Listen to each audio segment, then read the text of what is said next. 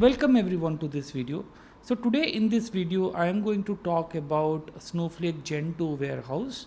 So Snowflake Gen2 warehouse are a new category of warehouse within Snowflake, and this is little bit different when it will be compared with the already existing Snowflake standard warehouses. So without further ado, let us deep dive into this warehouse and how exactly it is performing. All the details I'm going to cover in this video. Okay.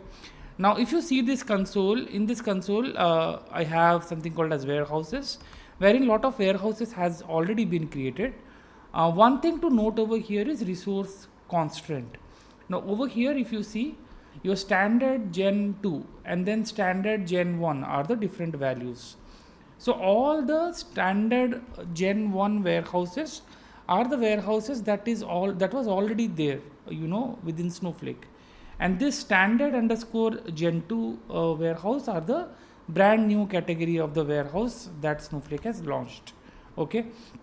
Now, if we create a warehouse, so what happens is, obviously a warehouse will be created, but over here, all the, earlier existing warehouses, if we create it right now, it will all be categorized under standard Gen 1.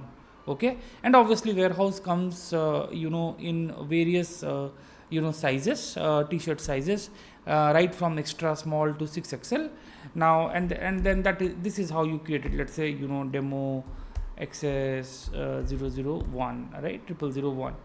Now, if you toggle over here, click over here, this is the new warehouse, standard Gen 2 warehouse. Okay. Now, if we want to create this particular warehouse, obviously it will come in various forms and sizes, right from extra small to 6XL. Now, the advantage that we will get with standard Gen 2 warehouse is something that we are going to see in this video. Okay. So basically the point which I want to tell is, all the Gen 2 warehouse will be, differentiated by one particular parameter, which is resource constant, and then its value will be standard underscore Gen 2. Okay. Now let us quickly deep dive into how exactly, it works within Snowflake. Okay. Now what we will do is, we will go through a demo, fire a query, and then see what exactly is happening with Gen 2 warehouse when it is compared with Gen 1 warehouse. Okay. Now here it's a simple query, kind of simple command rather, wherein I just wanted to show that if we want to create this particular warehouse, okay. Now let's say I'll execute this particular statement. Okay. Now what will happen is, yes, so this statement got executed with the, warehouse name as demo snow Gen 2 WH, and resource constant is a key parameter over here. The value should be standard underscore Gen underscore 2. And if you see this, I have not given any, kind of size of the warehouse. So what will happen? Okay. So the warehouse anyways got created, but what will be the size of the warehouse? Whether it will be, small, medium, large, what will be the size? So what was my, kind of warehouse name? Demo underscore snow underscore Gen 2 underscore WH. Okay, let us see what is the kind of size of the warehouse.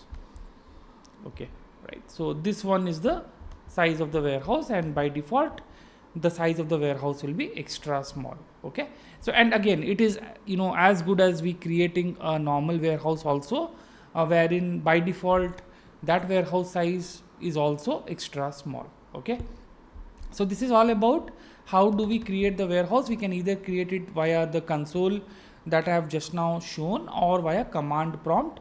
Only thing is, we'll have to, note of this particular keyword, resource constant is equal to standard Gen 2. Okay.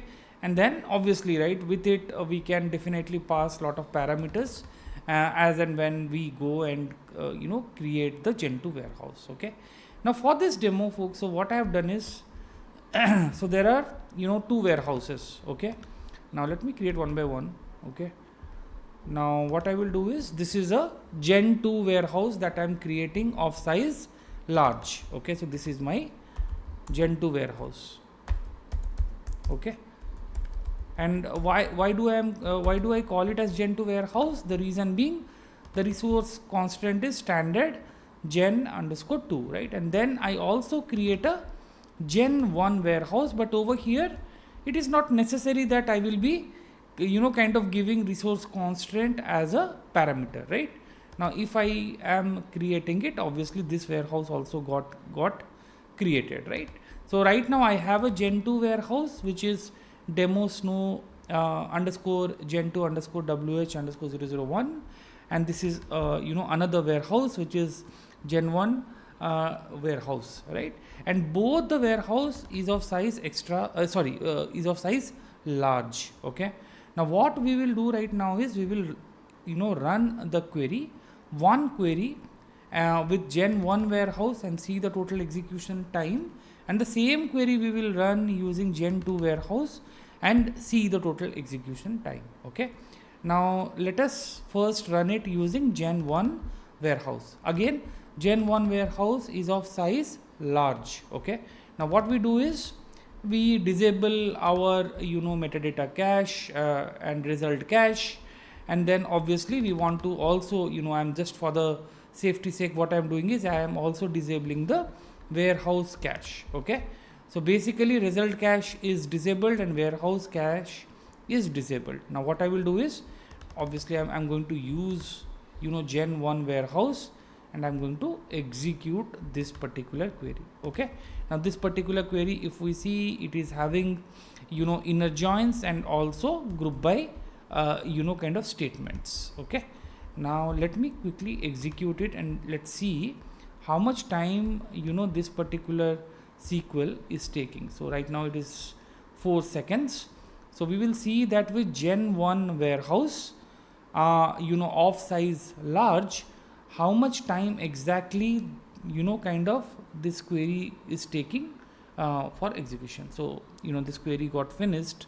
Okay, now what I will do is I am going to, so this was my query ID. Okay, so I will just open this query ID in a separate kind of page. Okay, wherein what I see is this query took 17 seconds to run. Okay, and the warehouse that was used was Gen1 warehouse. Okay, and obviously if we go to the query profile, there will be a lot of kind of metrics. So as query profile gives us very good metrics with respect to we understanding what is happening within the query, so it gives all the metrics. Okay, just to see, so this is the kind of partition scanned, partition total, all these parameters we can see. But key thing to note over here is this query got executed in 17 seconds. Okay, now what I will do is right now let me kind of minimize this, and then what we will do is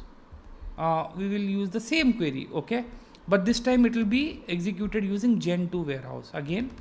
So what we'll do is result cache disable, warehouse cache disable, although it is not needed because newly created, but still, right? And then we will use this Gen2 warehouse of kind of large in size, and then let me execute it. Okay, the previous query when it was executing in Gen1, it took 17 seconds, and it is exactly the same query that I am firing right now with no change. And let's see the total time that it took, right?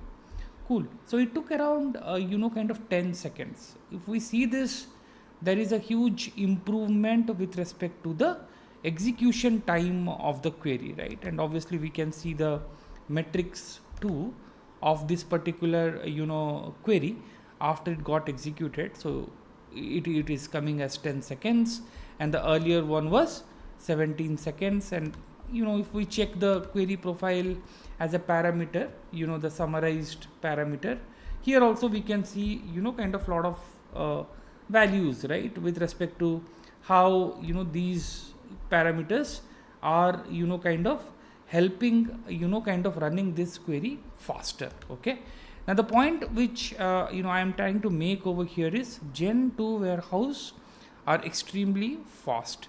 Now just now what we saw is how the same query got executed with almost like 70% more faster than the Gen1 warehouse. And hence what happens is if I am going to use the Gen2 warehouse, obviously I will be able to kind of run my query workloads at a much faster kind of time frame. So one thing also we should understand is, right, I mean, your pricing model of the Gen 2 warehouse. So I just wanted to show this also, this particular comparison. Okay, now if we see this, all our kind of standard virtual warehouse, the credits per hour, if you see extra small 1, small 2 credits, and when it comes to Gen 2 warehouse, the price increases, right? It like for 1 hour it will be 1.35 for extra small warehouse. Likewise, it doubles down as you increase the size of the warehouse. But again, right, I mean, there is a reason why it is taking lot of taking this much credits.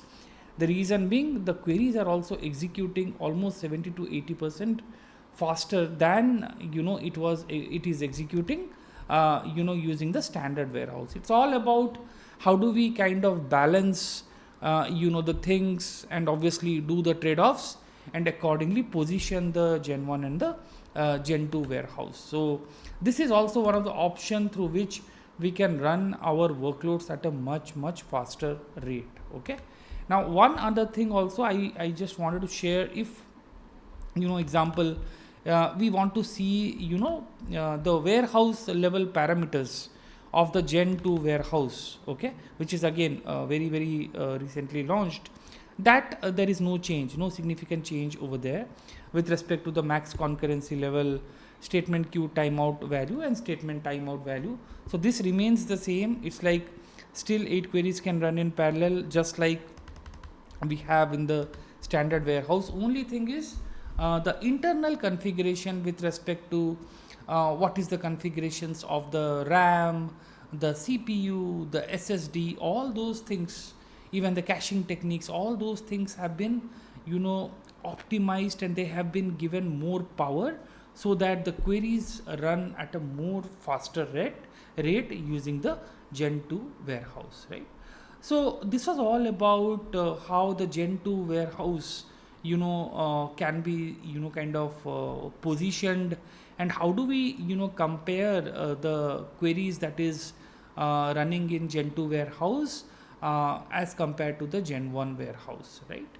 So once again, folks, so thank you so much for watching these videos.